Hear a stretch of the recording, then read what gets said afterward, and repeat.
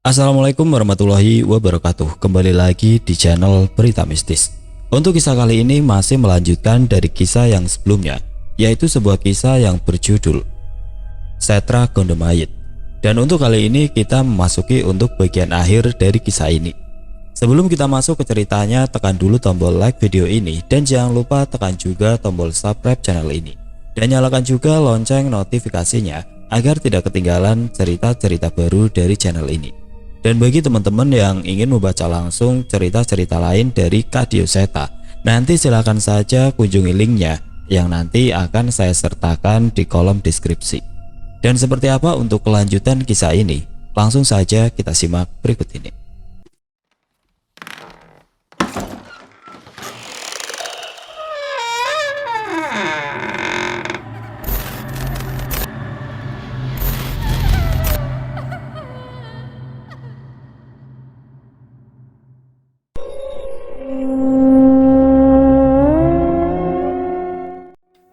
Sebuah lubang besar berbentuk di tubuh Buta Lireng dan membuatnya terkapar di tanah. Bah! Batara Naga melompat menuju Cahyo. Dengan mudah Wanasura dan Wanasudra dihempaskan begitu saja. Ia mengambil tubuh Dewi Ular itu dan melakukan hal yang sama seperti yang ia lakukan pada Kironggo Gupolo. Melumatnya hingga habis. Aku merasakan kekuatan besar semakin mengalir dari tubuh Batara Naga. Kali ini muncul satu buah mata di dahinya. Entah bagaimana, kami harus melawan sosok sekuat itu. Mas Jagat terlihat kesulitan melawan Gondokolo dengan sebagian tenaganya yang terkuras karena memindahkan kami. Mas Jagat, mundur! Teriak Dirga yang sadar pertarungannya sama sekali tidak seimbang. Sayangnya Gondokolo sudah melemparkan bola api hitam ke arah Jagat. Ia menahan dengan salah satu wujud keris Dirga, namun tidak berhasil. Seketika sebagian lengannya terbakar oleh api itu. Pak Wajah terjatuh dalam wujud rangdanya. Bola api di langit bersiap menghantamnya dan menciptakan sebuah ledakan besar. Pak Wajah berhasil menghindar, namun lukanya tampak serius. Entah mengapa seketika posisi berbalik. Dirga berusaha menahan Songgokolo dan Gondokolo seorang diri. Aku tahu dengan jelas itu tidak akan lama. Buta Lireng tidak bergerak. Kini raksasa itu berada di hadapanku dan Cahyo. Lengannya yang kembali menghitam bersiap menyerang kami. Inilah serangan yang dapat melubangi tubuh Buta Lireng dengan mudah. Danan, minggir! Teriak Cahyo. Sayangnya ini tidak mudah. Lengannya terlalu besar dan cepat. Dalam jarak beberapa meter, kepalan pukulan itu hampir menutupi seluruh penglihatanku. Aku berpikir serangan ini akan menghabisiku. Namun, tepat sebelum serangan itu mendarat, tiba-tiba ada sosok yang menarik tubuhku. Ia membawaku menghindari serangan itu dengan halusnya dan menghindari setiap aliran energi yang menyelimuti serangan itu. Aku selamat, bukan dengan gerakan besar. Aku selamat hanya beberapa puluh senti dari kepalan besar itu. Saat itu juga aku menoleh ke arah sosok yang menyelamatkanku. Danan, itu? Tanya Cahyo. Ya, Nyai Jambrong. Ucapku memastikan bahwa sosok yang menyelamatkanku adalah nenek tua yang dulu pernah menjadi musuh kami. Jangan cepat mati bocah. Kalian masih harus memastikan cucuku hidup di dunia yang aman, ucapnya. Sebuah energi besar membantuku menoleh ke arah energi itu. Itu adalah api hitam besar menerjang ke arah Dirga yang berasal dari kedua demit kembar, Songgokolo dan Gondokolo. Dirga berhasil mengalihkan arah bola api itu dengan kerisnya. Namun seketika Songgokolo sudah di hadapannya mendaratkan sebuah pukulan yang membuatnya terkapar. Dirga! Teriak Pak Lek yang segera meninggalkan pertarungannya, namun jarak mereka terlalu jauh. Sayangnya Gondokolo sudah bersiap menghabisi Dirga. Tapi serangan makhluk itu tertahan ketika ada seseorang yang melompat, menginjak wajah setan itu dan mengalihkan serangannya. Dia seorang anak muda yang sepertinya umurnya tidak jauh dari Dirga dengan sarung yang dikalungkan di bahunya. Guntur, kamu Guntur kan? Tanya Dirga. Maaf telat. Repot juga kalau pergi sama nenek-nenek, ucapnya santai. Dirga pun berusaha berdiri dan mendekat ke arah Guntur. Sudah Guntur, terima kasih atas bantuanmu. Sekarang segera cari tempat yang aman. Makhluk ini bukan setan biasa, ucapnya. Lah, nggak mau. Udah jauh-jauh sampai sini, malah disuruh ngumpet, balasnya. Jangan nekat, setan itu nggak bisa dikalahkan seperti demit alas biasa, larang Dirga.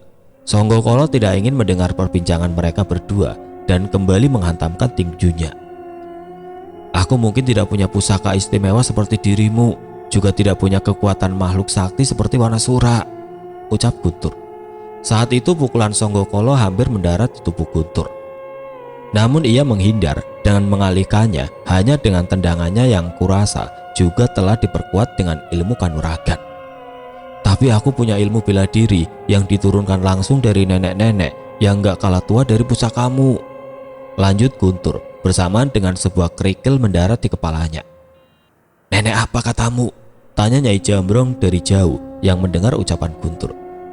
Enggak mbah, maksudnya nenek pendekar, teriak Guntur sambil mengelus kepalanya yang terkena lemparan kerikil Nyai Jambrong.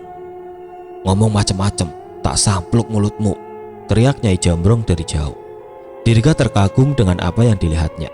Guntur berhasil menghindari dan mengalihkan semua serangan Songgokolo dan Gondokolo dengan ilmu bela dirinya. Hampir tidak ada satupun serangan yang mengenainya. Di satu sisi, Nyai Jambrong juga sama. Ia mengalihkan semua serangan Batara Naga sehingga kami menghindar dari serangan yang bahkan mampu menggetarkan gunung itu. Pak Bimo, aku butuh kekuatanmu, ucap Mbah Jiwo tiba-tiba. Sepertinya merekalah satu-satunya yang berhasil memenangkan pertarungan di sini. Terlihat dari sosok Jogorawu yang kembali berubah menjadi sebuah wayang. Sebentar lagi akan datang, ucap Mbah Jiwo. Apa maksud Mbah Jiwo? Tanya Pak Lek yang juga berhasil membuat pemuda bertopeng hitam itu terkapar. Salah satu keahlian seorang penempa pusaka adalah memanggil bahan yang akan dia tempah. Sebentar lagi benda itu akan datang. Aku butuh bantuan Pak Bimo dan Keris Sukmageni, ucap Mbah Jiwo. Benar saja, tidak berapa lama terlihat sebuah benda besar dari langit hitam di jagat Segoro Demit jatuh menimpa sekumpulan demit yang melawan kami. Itu meteor, tanya Mbak Wijan. Ini batu yang kupanggil dari alam ini. Sekarang tancapkan seluruh pusaka kalian di batu ini, perintah Mbak Jiwo. Tidak ada satupun dari kami yang mengerti apa yang dimaksud oleh Mbak Jiwo.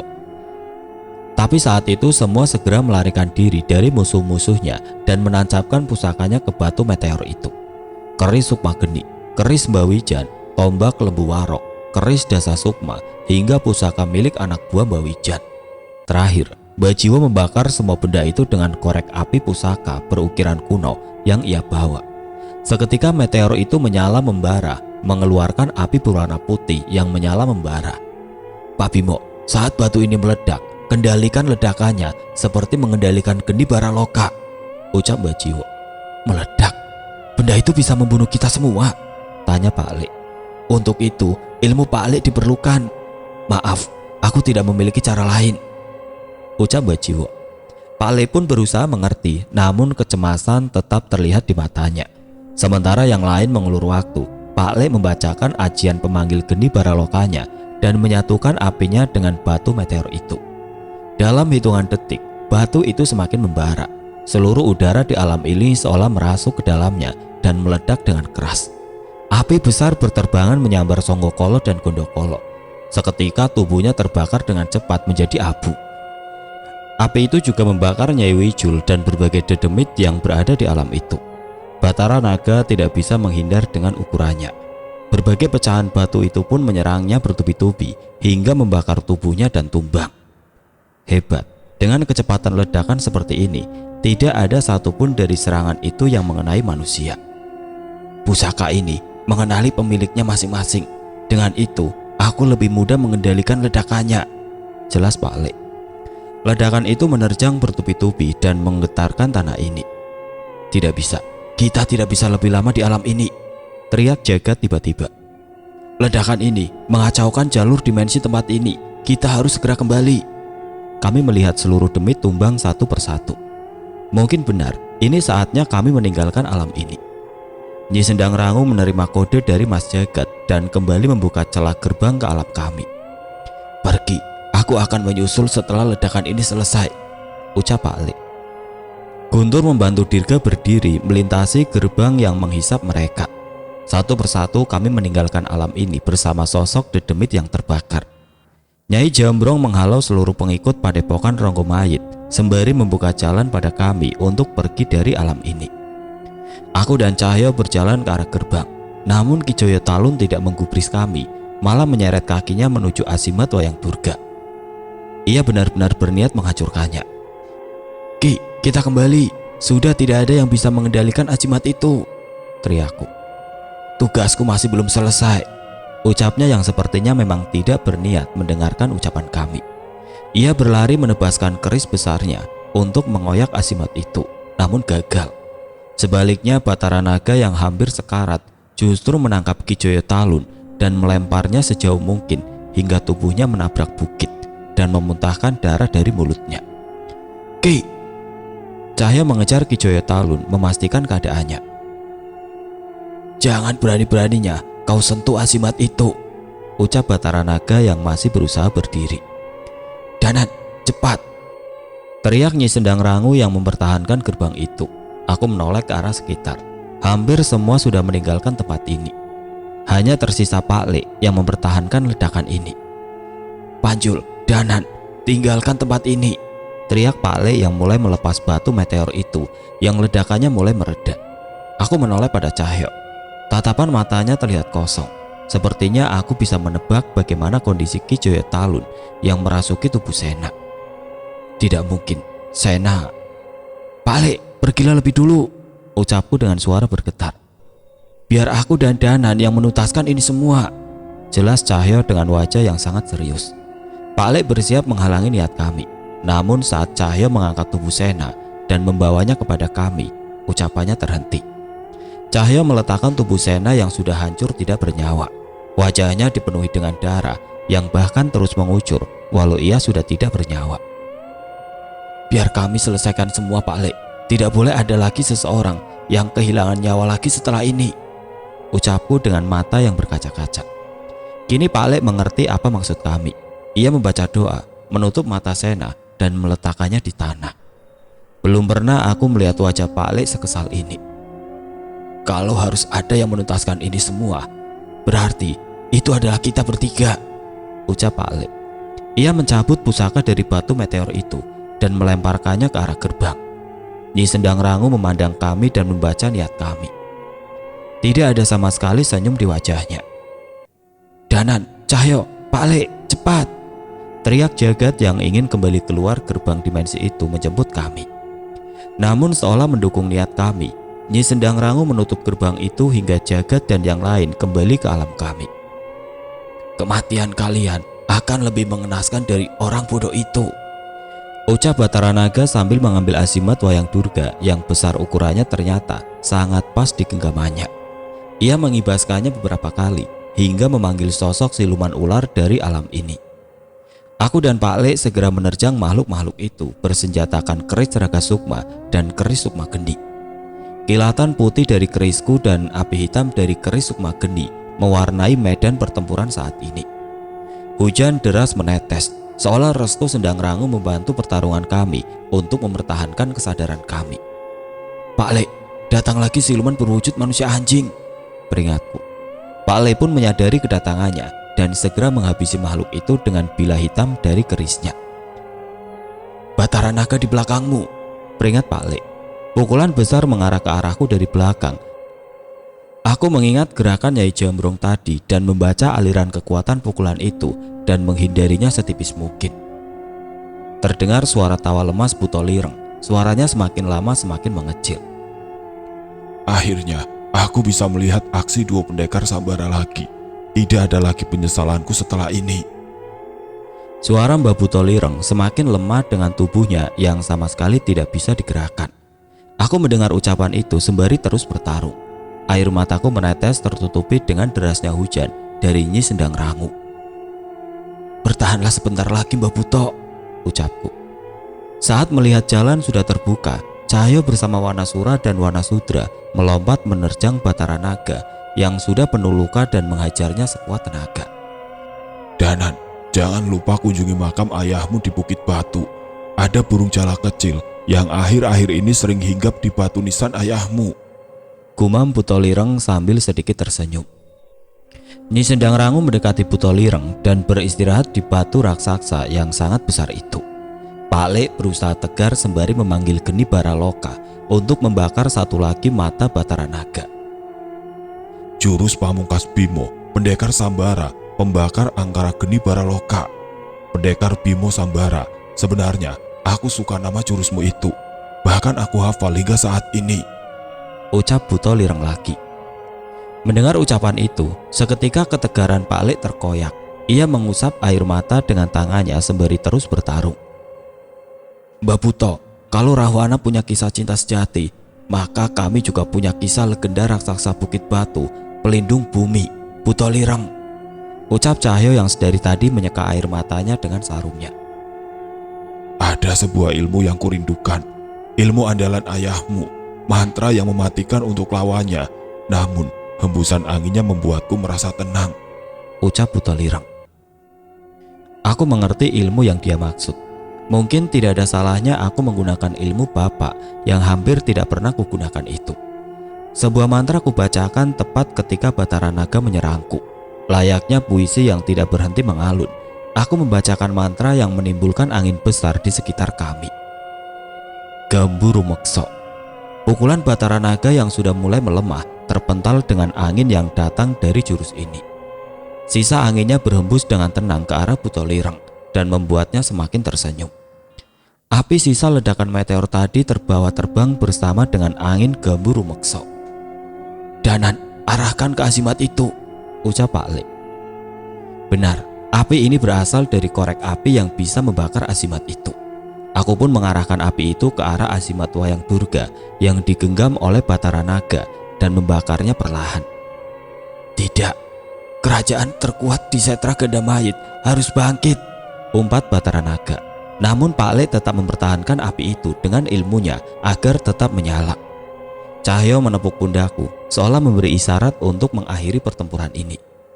Pak Le membakar kami dengan Geni Baraloka untuk memulihkan kekuatan kami walau hanya sedikit. Sementara aku dan Cahyo menaiki tubuh Wanasura dan Wanasudra. Kerisku sudah dipenuhi kilatan cahaya putih, sementara Cahyo sudah menggunakan ilmu penguat raga pada dirinya dan kedua kera raksasa sahabatnya itu.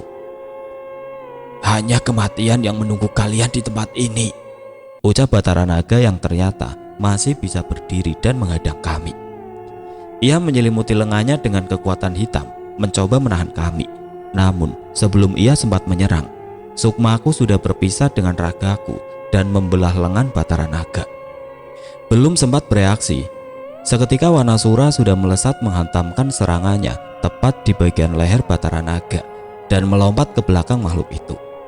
Saat ragaku kembali menarik sukmaku, Wanasudra melemparkan tubuhku ke arah Batara Naga tepat di arah jantungnya. Ini serangan terakhir. Aku melesat bagaikan kilatan putih menembus jantung Batara Naga hingga berlubang. Di belakang Wanasura dan Cahyo sudah bersiap menangkap tubuhku. Seketika Batara Naga tidak bergerak dan jatuh ke tanah. Matanya yang sudah terbakar dan berbagai luka di tubuhnya membuatnya benar-benar tidak berdaya. Setan-setan dari Setra Gendamayit lainnya akan membalas kalian, ucap Batara Naga yang kesadarannya mulai menghilang bersama tubuhnya yang menghitam seperti arang yang rapuh. Mengetahui pertarungan telah usai, kami pun menghampiri Buto Lireng yang sudah tidak mampu lagi bergerak. Aku tahu ilmu Pak Le pun sama sekali tidak mampu untuk menolongnya. Kalian tahu kenapa Buto Lireng tidak pernah meninggalkan Bukit Batu, ucap Nyi Sendang Rangu. Kami menggeleng sambil menitikkan air mata. Selain karena menyukai tempat itu, Buto Lireng dikutuk bahwa ia akan menghadapi kematiannya saat meninggalkan Bukit Batu. Saat mengetahui tentang pertarungan ini, ia merasa ini adalah saat paling tepat untuk menggenapi kutukan itu, jelas Nyi Sendang Rangu. Saat ini aku tidak bisa berhenti tertawa. Kenapa kalian malah menangis? Akhirnya aku bisa memiliki akhir yang indah seperti sahabatku Bisma. Ini adalah hadiah terbesar, ucapnya. Aku pun bersandar pada tubuh Buto Lireng di tengah hujan Nyi Sendang Rangu. Istirahatlah Mbah, kami akan tetap di sini sampai Eyang benar-benar terlelap, ucapku sambil bersender di antara bahu dan leher Buto Lireng. Cahyo, Wanasura dan Wanasudra tertidur lelah di dada Buto Lireng. sementara Pak Le menempelkan dahinya di pipi Butolireng. Terima kasih pendekar Sambara. Tidak, aku salah. Terima kasih. 3 pendekar jagat Segoro Demit. Sebuah ucapan terakhir sang raksasa penunggu Bukit Batu Desa Kandimaya. Sebuah legenda akan sosok raksasa yang memilih jalan hidupnya untuk melindungi kami. Kembali lagi bersama saya Ardian, host favorit kalian di Radio Tengah Malam. Sebuah gempa besar yang berpusat di perbatasan Jawa Tengah terasa hampir oleh setengah penduduk Pulau Jawa.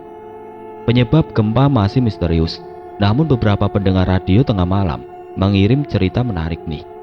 Kalian percaya dengan adanya sosok lain yang hidup berdampingan dengan manusia, atau alam lain yang bersanding dengan alam manusia? Ada yang mempercayai bahwa gempa kemarin disebabkan oleh pertarungan besar antara sosok Dedemit yang bangkit dari kerajaan Setra Gandamahit.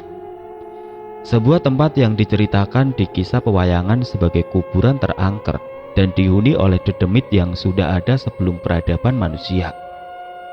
Kebangkitan mereka digagalkan oleh sekelompok orang yang dititipi kemampuan oleh Yang Maha Pencipta untuk menjaga tanah ini dari makhluk-makhluk itu. Sebuah tugas tanggung jawab yang tidak terkira bebannya. Gempa yang berhenti menandakan mereka berhasil menggagalkan rencana itu. Sayangnya, setelahnya ada beberapa dari mereka yang tidak kembali. Yang pertama adalah pewaris dan pemilik padepokan Ki Joyo Talun, seorang dalang muda bernama Ki Joyo Sena. Kini padepokan tersebut telah hancur porak-poranda oleh pertarungan itu, dan ketiga orang lainnya. Mereka adalah teman-teman yang menolong saya saat kejadian di pabrik gula dulu. Cahyo, Pak Le, dan Danan, orang-orang hebat yang tidak pernah bisa diam melihat orang lain yang membutuhkan bantuan dari mereka. Bila kalian mendengar kabar dari mereka, kalian bisa menghubungi hotline kami di nomor berikut. Kami, tim Radio Tengah Malam, percaya mereka masih berjuang untuk kembali bersama kita. Ardian menghela nafas berharap ada yang menemukan sosok ketiga temannya itu. Di belakangnya muncul sosok roh seorang pria mencoba menepuk bahunya. Mereka masih hidup, aku bisa merasakannya, ucap roh Nandar mencoba menenangkan Ardian. Ardian pun mengangguk, matanya berkaca-kaca, penuh harap untuk bertemu dengan penyelamatnya dulu lagi. Di sebuah desa di Jawa Barat. Mas Jagat, benar tidak bisa membuka dimensi itu lagi? Dirga masih menggerutu sambil mengupas singkong yang baru saja ia panen dari kebunnya bersama Mas Jagat yang tertidur di kursi kayu panjang di pinggir kebun. Yang bisa menghubungkan gerbang Jagat Segoro Demit hanya makhluk sekuat Nyi Sendang Rangu. Itu pun aku ragu ia bisa membukanya lagi, jawab Mas Jagat. Kalau gitu kita harus cari makhluk sekuat dia untuk bisa menolong Mas Danan dan yang lain. Dirga masih belum terima. Terbukanya gerbang Jagat Segoro Demit itu bencana, Dirga. Kita tidak tahu makhluk apa yang akan muncul dari sana. Lebih baik kita percaya dengan mereka. Kalau ada manusia yang bisa lolos dari alam itu, aku yakin itu adalah mereka, balas Mas Jagat. Di kampung Nyai Jambrong, sebuah tendangan melesat ke arah seorang nenek tua. Hebatnya ia menahan tendangan itu dengan tangan rentannya tanpa kesulitan sedikit pun. Sudah seharian kita latihan, kamu masih belum puas? Tanya Nyai Jambrong. Guntur mundur dan memasang kuda-kudanya lagi. Ada banyak makhluk di alam itu, Eyang. Semengerikan itu makhluk-makhluk yang dihadapi sama Mas Cahyo, ucap Guntur melanjutkan serangannya lagi yang bisa dengan mudah dihindari oleh Nyai Jambrong. Lantas Nyai Jambrong lanjut melompat dan menendang Guntur. Kali ini ia bisa menghindar dengan sangat baik. Tidak seperti dulu saat Guntur masih menjadi bulan-bulanan serangan Nyai Jambrong. Aku baru merasakan kegunaan ilmu yang Eyang ajarkan saat itu. Aku ingin belajar lebih lagi untuk bisa sejajar dengan mereka, balas Guntur. Akhirnya matamu terbuka. Nyai Jambrong pun tersenyum. Aku harus bertambah kuat. Sampai saat Mas Cahyo kembali, aku harus bisa menggantikan tugasnya, jawab Guntur sambil terus melanjutkan latihannya. Terlihat dari sudut kebun, Arum sudah menunggu mereka sambil duduk manis memegang sebuah rantang menanti Guntur dan eyangnya yang pasti akan kelaparan setelah latihan itu. Di lembah keramat, Aku sudah memberikan kabar tentang kejadian kemarin ke teman-teman radio tengah malam. Semoga saja ada kabar dari mereka, ucap Ismi menjelaskan pada Dimas dan Rumi. Ya sudah, kita percayakan saja pada mereka, balas Dimas. Mbah jangan melamun terus, mereka pasti selamat, hibur Rumi. Mbah Jiwo menghela nafas menatap langit dan menikmati hembusan angin di teras rumahnya. Ternyata memang ada manusia semacam itu, tidak memikirkan nyawanya sendiri dan tidak ragu menghadapi bencana sebesar itu, ucap Mbah Jiwo. Dimas dan Ismi duduk mendekat ke Mbah Jiwo, ikut menikmati pemandangan langit dan hembusan angin yang membuat mereka merasa nyaman. Tanpa mereka, mungkin kita tidak bisa menikmati pemandangan ini dengan tenang seperti ini ya Mbah, ucap Ismi. Dimas yang duduk di sebelah Mbah Jiwo sedikit melirik ke arah Ismi. Semoga mereka cepat kembali. Aku mau Pak Le juga jadi saksi saat aku ngelamar Ismi nanti, ucap Dimas tiba-tiba. Seketika Ismi menoleh ke arah Dimas dengan wajahnya yang memerah. Mas Dimas serius? Tanya Rumi kaget. Mbah Jiwo hanya tersenyum melihat tingkah laku cucu-cucunya yang membuatnya sangat bersyukur bisa hidup di umurnya saat ini. Serius? Masa bohong? Aku ngambil kopi dulu, balas Dimas yang segera masuk untuk menghindari pertanyaan lain, sembari menyembunyikan rasa malu atas ucapannya sendiri. Di depan hanya tersisa Rumi yang memandang Ismi dengan senyum meledek karena wajah salah tingkahnya yang terpampang jelas. Di tanah Dewata, wajah membuka gerbang dimensi itu adalah pelanggaran. Tidak ada satupun balian yang punya hak melakukan itu, ucap seorang bapak yang cukup tua yang ditemui Pak Wajah. Wajah Pak Wajah terlihat kecewa mendengar pernyataan itu. Tapi Wi, alam ini berhutang pada mereka. Aku tahu ilmu Bali dan Jawa masih berhubungan erat. Hanya Melik setingkat Wilah yang bisa membantu mereka, pinta Pak Wajah. Walaupun kamu sudah kuanggap saudara sendiri, aku tetap tidak punya hak untuk melakukan hal itu. Hanya ada satu buah serat lontar yang memiliki petunjuk akan alam itu, dan aku tidak bisa menyerahkannya padamu. Orang itu segera mengenakan kasutnya dan berdiri meninggalkan pendopo pura tempat mereka berdialog.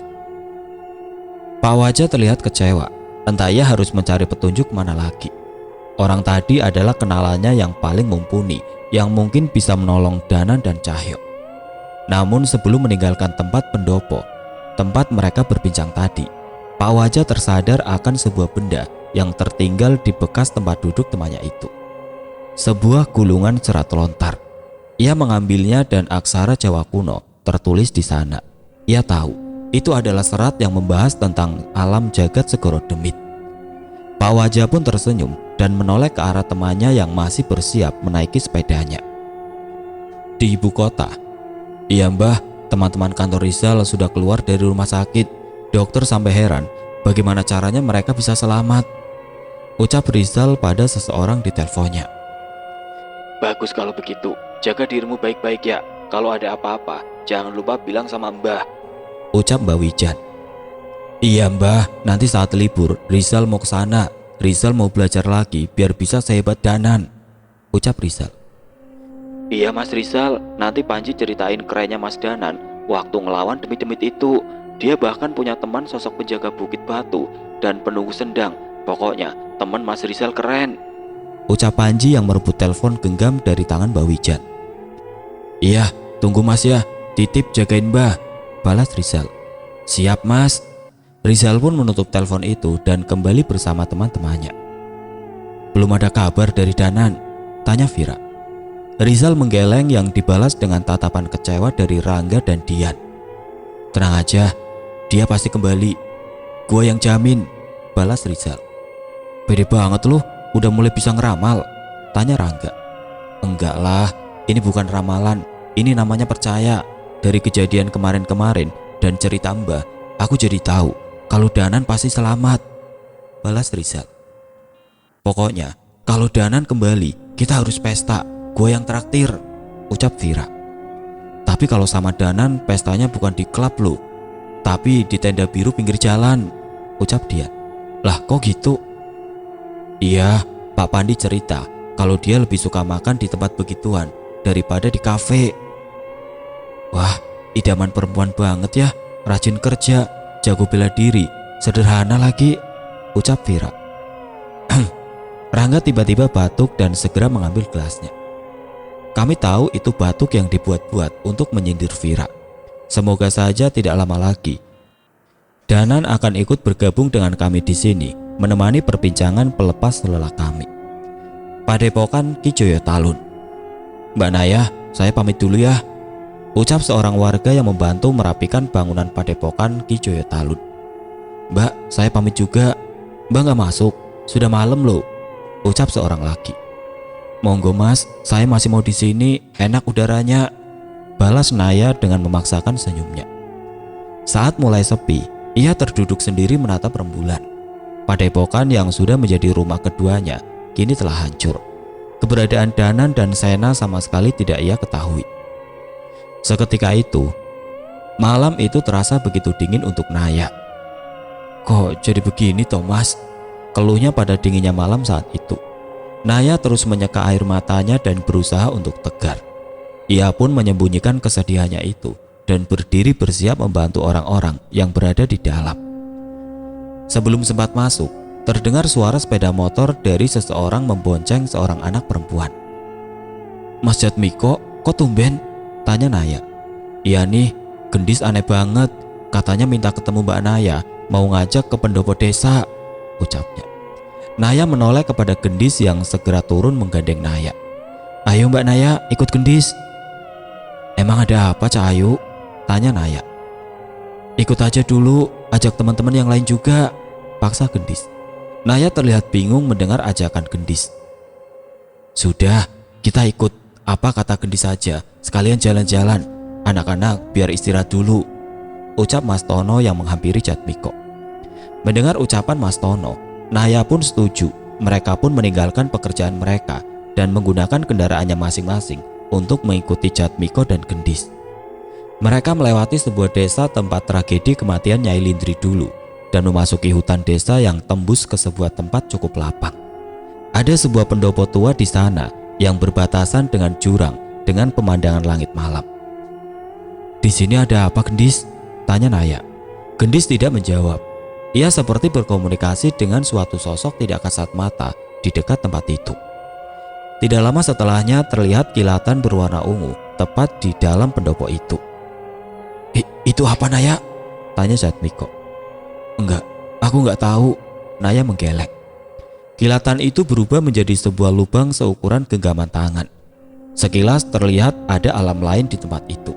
Sayangnya lubang itu kembali menutup bersamaan dengan munculnya sosok jasad yang terbaring di pendopo itu. Mas Sena, ucap Mas Tono yang segera menyadari sosok itu. Seketika semua anggota padepokan menghampiri tubuh itu dan menangis. Mereka sudah tahu saat di jagat Segoro Demit, Sena sudah sangat terluka parah. Namun mereka masih berharap Sena masih bisa diselamatkan. Mas Sena, terus siapa yang akan dalangin anggota wayang kita? Siapa lagi yang mau mengurus anak-anak yatim seperti kami dan mendidik hingga seperti ini? Aku belum siap ninggalin padepokan. Berbagai tangisan terdengar di tempat itu. Naya pun menitikkan air mata tanpa henti. Namun Naya sadar akan sebuah benda yang diikatkan di baju Sena. Beberapa daun kering berukuran besar yang digulung menjadi satu.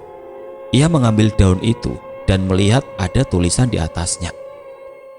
Untuk Naya, mohon maaf, Mas belum bisa menepati janji Mas. Sepertinya Mas masih harus berjuang sedikit lagi untuk melihat wajah ayu Dek Naya lagi. Dek Naya gak usah khawatir, di sini ada Cahyo, Pak Le, yang tidak henti-hentinya membuat Mas Danan tertawa. Ada juga Nyi Sendang Rangu yang mulai ketahuan bawelnya setelah cukup lama kami berpetualang bersama. Makanya Dek Naya gak boleh sedih. Mas Danan dan yang lain pasti akan mencari jalan keluar dari alam ini secepat mungkin. Pokoknya, suatu cara terbaik yang tidak memberi hal buruk ke alam kita. Kalau boleh, Mas titip ibu, sering-sering telepon dia ya. Mas akan lebih senang kalau Dek Naya mau mampir nemuin ibu. Tolong bilang ke ibu agar tidak usah khawatir. Anaknya ini sudah sehebat ayahnya. Dan tolong titipkan pesan serupa untuk bule juga. Oh ya, Mas sudah ingat, waktu itu di desa Kandimaya, Bapak dan Pak Le ngajak aku keliling desa menyembuhkan beberapa warga yang kesurupan. Saat Pak Le dan Bapak lagi ngajarin Cahyo, ada seorang anak kecil menangis sendiri di kebun belakang. Itu Naya kan? Kamu masih inget nggak? Waktu itu Mas Danan metikin bunga cempaka yang ada di depan dan makin itu ke telinga Naya. Pas Mas bilang kamu cantik kalau pakai kembang itu kalau tersenyum, tangisan Naya langsung berhenti. Setelah itu Naya ngajak Mas Danan nyari kembang lebih banyak, sampai Mas Danan dimarahin bapak karena pulang kemalaman. Sekarang utang Mas lunas ya. Kalau Naya tahu, bunga cempaka atau yang sering Mas sebut dengan kembang kantil itu berarti sebuah ikatan loh. Mungkin itu juga yang membuat Naya terus mengingat Mas. Dan semoga ikatan itu juga menghubungkan kita hingga pertemuan kita nanti. Saat itu air mata menetes di daun kering itu. Ingat Mas Danan, ingat, Naya ingat itu semua, ucap Naya sambil berusaha menahan tangisnya. Naya ingat semua pertemuan kita sejak kecil, karena Naya tahu Tuhan meninggalkan rasa ini pada Naya dengan maksud yang indah. Naya juga akan berjuang seperti Mas Danan. Naya gak akan cengeng. Naya tunggu Mas Danan sampai Tuhan mempertemukan kita lagi. Gendis mendekat ke arah Naya dan memeluk Naya. Naya meresponnya dengan mengelus kepala Gendis dan tersenyum di dalam tangisannya. Ia pun mengusap air matanya dan memanggil teman-temannya. Mas Tono, Naya mau ke desa Kandimaya, ucapnya tiba-tiba. Desa Kandimaya? Desanya Ki Darubaya? Tanya Tono memastikan. Naya mengangguk. Seluruh teman-teman Sena ikut berkumpul mendekati Naya. Naya mau belajar sama Nyai Kirana. Suatu saat Naya lebih pintar. Naya akan mengajarkan ilmu yang Naya punya lagi di padepokan ini, ucap Naya. Saat itu seluruh teman-teman Sena saling menatap dan berbincang satu sama lain. Kami ikut Naya, kami juga ingin belajar banyak dari Ki Darubaya. Saat sudah memiliki kemampuan yang pantas, kita bangkitkan lagi padepokan Ki Joyo Talun, ucap mereka. Naya pun tersenyum. Gelapnya langit malam yang dari tadi ia rasa suram berbalik menjadi pemandangan yang indah dengan secarik surat dari Danan. Setra Ganda Mayit. Sekarang nama itu tidak lagi mengenai sebuah tempat yang menyeramkan. Bukan sosok-sosok demit yang dibicarakan saat manusia berbicara tentang tempat itu. Kisah sejarah mengerikan tentang Setra Ganda Mayit pun hanya tersisa di jagat pewayangan. Saat ini, Setra Ganda Mayit dipercaya merupakan tempat di mana roh manusia memulai perjalanan ke alam baka untuk menjadi harum atau disucikan. Sayangnya masih banyak yang datang ke tempat itu untuk mencari ilmu, kesaktian, atau melakukan ritual. Keberadaan orang-orang seperti itulah yang akan terus dimanfaatkan oleh jin atau dedemit untuk menyesatkan manusia dari jalan yang seharusnya. Alam jagat Segoro Demit. Pak Le, lihat itu, ada yang bentuknya kayak kuda, tapi kepalanya kayak buto, ucap Cahyo yang melihat padang tandus dari atas pohon kering yang ia panjat. Ah, Pak Le jadi ingat tarian Jawa Timur yang namanya Turonggo Yakso. Bentuk kudanya kayak begitu. Sudah, jangan aneh-aneh, cepat turun, perintah Pak Le. Belum Pak Le, belum ketemu yang mirip sama Pak Le, balas Cahyo. Seketika Pak Le menendang pohon yang Cahyo naiki dan membuatnya terjatuh dari pohon itu. Aduh duh, sakit, kan bercanda Pak Le, ucap Cahyo. Aku tidak henti-hentinya tertawa melihat tingkah mereka. Nyi Sendang Rangu pun terhibur dengan kelakuan mereka berdua. Tak kirain kalau sendal Pak Le udah habis bakal aman, gerutu Cahyo. Makanya jangan berani-berani kamu, ledekku. Di tengah perbincangan kami, tiba-tiba Kliwon datang dengan membawakan beberapa buah-buahan yang terlihat hampir kering. Ya, kami bisa berharap makanan apa dari alam seperti ini. Setidaknya Kliwon cukup hebat bisa menemukan sesuatu yang bisa kami makan untuk bertahan hidup di tempat ini. Gerombolan demit itu sudah pergi. Ayo kita lanjut, ajak Nyi Sendang Rangu. Wana Sura pun kembali keluar dari tubuh Cahyo dan Kliwon seketika kembali ke wujud kera raksasanya. Kami semua menaiki tubuh mereka dan melanjutkan perjalanan. Entah apa yang akan kami temukan lagi setelah ini. Apakah jalan kembali menuju alam kami, atau malah sebuah petualangan baru di jagat Segoro Demit.